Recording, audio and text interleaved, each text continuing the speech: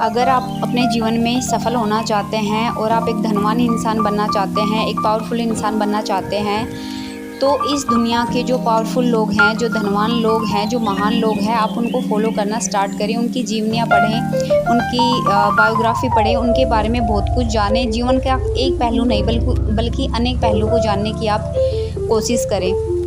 यहाँ पर मैं एक बात ये भी कहना चाहूँगी कि आप उनके थॉट प्रोसेस को जानने की ज़रूर कोशिश करें। जैसे एग्जांपल के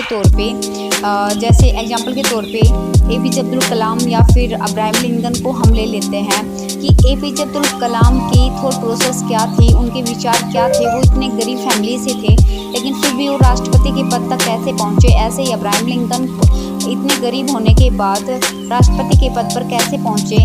जैसे जो स्टूडेंट है, तो जो स्टूडेंट लाइफ होती है, तो उसमें स्टूडेंट कह देते हैं कि हमारे पास पेन नहीं है, पेंसिल नहीं है, कॉपियाँ नहीं है, अच्छे राइटर की बुक नहीं है, और भी बहुत कुछ वो बहाने बना देते हैं। लेकिन बचपन में मैंने एक स्टोरी सुनी थी कि जो अब्राहम लिंकन है, उनके फादर मजदूरी करते थे, और जो मजदूरी वो करते थे वो एक पहाड़ के पास करते थे। इसलिए अब्राहम लिंकन सुबह सुबह क्या करते थे, जो कोयले नहीं होते हैं, जो चूल्हे में मतलब पाए जाते हैं, तो वो ब्लैक जो कोयले होते हैं उनको किसी लिफाफे में डाल लेते थे और उसके बाद मजदूरी करने के लिए निकल जाते थे। तो उनके फादर मजदूरी करते थे, और अब्राहम लिंकन को जब भी टाइम मिलता था उस मजदूरी के दौरान, तो वो उन ब्लैक जो कोयले हैं, जो मतलब जो चूल्हे से निकालते हैं, तो उन ब्लैक जो कोयले हैं, जो उनका यूज है ना पत्थर पे करता था, और उनके हाथ बिल्कुल काले हो जाते थे, और वो पहाड़ के पत्थरों पे प्रैक्टिस करते थे। तो ये एक तरीका है अभाव में भाव ढूंढने का, ये एक तरीका है नेगेटिविटी में पॉजिटिविटी ढूंढने का। तो मेरे कहने का ये मतलब है कि आप महान लोगों के महान विचारों को पढ़ना शुरू करो, पढ़ो ही मत।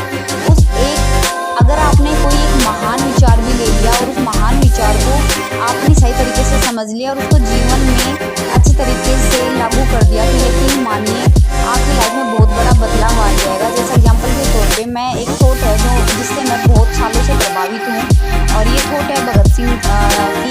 भगत सिंह ने एक बार कहा था कि क्रांति कभी भी बंदूक और तलवार की नोक पर नहीं आती, क्रांति हमेशा विचारों के बदलाव से आती है। यानी कि अगर उस दौरान की सिचुएशन ये है कि अगर क्रांति भारत में लानी है, तो आप सब जो युवा है या जो बड़े बुजुर्ग हैं, उनको अगर आप उनके हाथों में तलवार या बंदूक थमा दोगे, तो वो एक दूसरे को मार भी सकते हैं। लेकिन जो रियल में जो पर्पज़ है, इंसानियत को बचाना है, देश को आज़ाद करना है, क्या वो पर्पज़ कंप्लीट हो सकता है? लेकिन अगर सब इंसानों के मन में जो विचार है वो बिल्कुल स्पष्ट क्लियर हों कि हमें आज़ादी चाहिए ही चाहिए, और हम अपने देश को गुलाम नहीं रखेंगे, तो ये रियल आज़ादी होगी।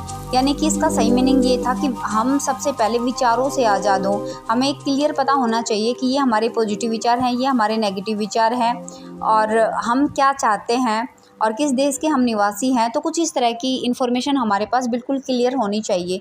तो मेरे कहने का ये मतलब है कि अगर आप सक्सेस बनना चाहते हो, तो आप सक्सेसफुल लोगों के थॉट प्रोसेस को जानना स्टार्ट कर दो, उनकी कोटेशन को जानना स्टार्ट कर दो, उनके जो महान थॉट है, उनके जो महान विचार है, उन्होंने क्यों कहे, कैसे कहे, कहाँ कहे, किस सिचुएशन में कहे, और उनका मीनिंग क्या था, और उनका आज प्रेजेंट में क्या महत्व है। जैसे तुम मुझे खून दो, मैं तुम्हें आज़ादी दूंगा, ये कहा तो बहुत पहले गया था सुभाष चंद्र बोस द्वारा, लेकिन आज भी ये कोटेशन, आज भी ये वाक्य क्यों पढ़ा जाता है।